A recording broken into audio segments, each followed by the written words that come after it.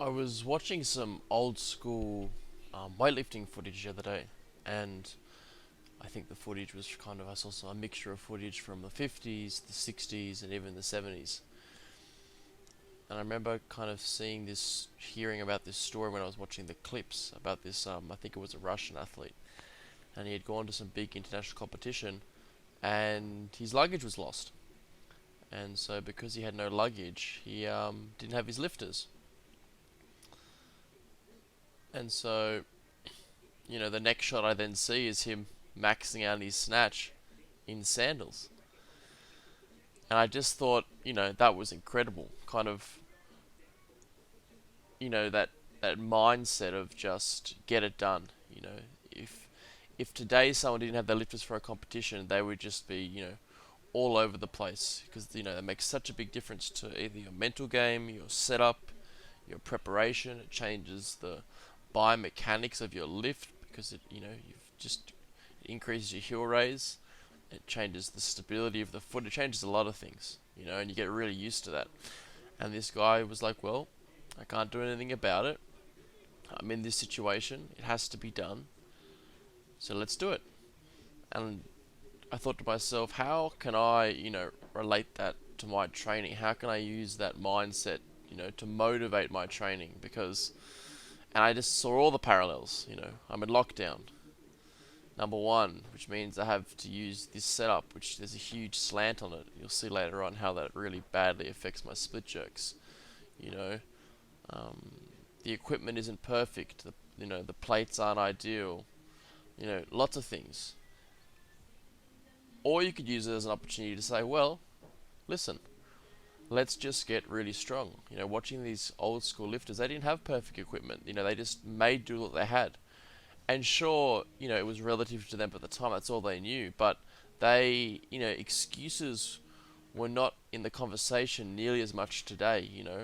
When people say, "Oh, I PB'd my lift, but I had a knee injury. I wasn't training hard for the last week before.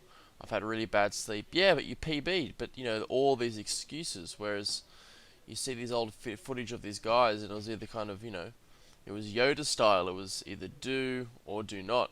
There's no, you know, there's no try. There's no excuses in between. I think sometimes it's good to kind of just, shut up and get the work done. Who cares if it's not perfect? Who cares if the rain comes in, and you're set up on the unperfect day? Who cares that you don't have the exact weight plates, to be able to do it, the exact loading that you'd like to do? You just get the work done to the degree that you can get done.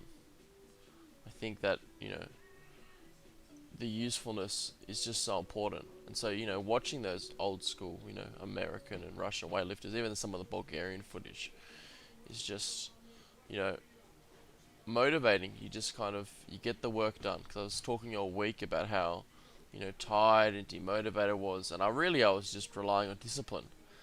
Relying on the fact that I've always got up in the morning, and I've always trained at a certain time, and I did not want to train. You can have some pretty negative things going on in life, and you just really can't be bothered. But the discipline allows you to do it, and I think in some regards, building a strong habit and discipline is going to get you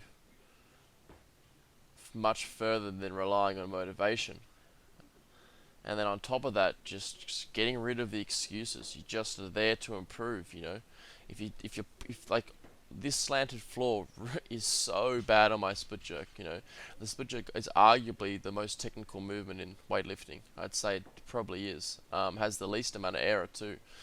And when you've kind of got the timing of your front foot, when your front foot and back foot hit the ground, when you extend your hips, when you make the split movement, when you're pushing yourself underneath the bar and locking it out, and you've got a slanted floor, you can see that I'm really struggling with getting my timing down. Each split jerk looks different, and it's really rough.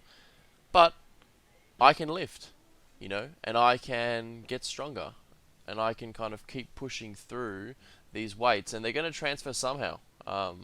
Whether that's, it's just going to take a little bit of time when we're back into a more perfect scenario.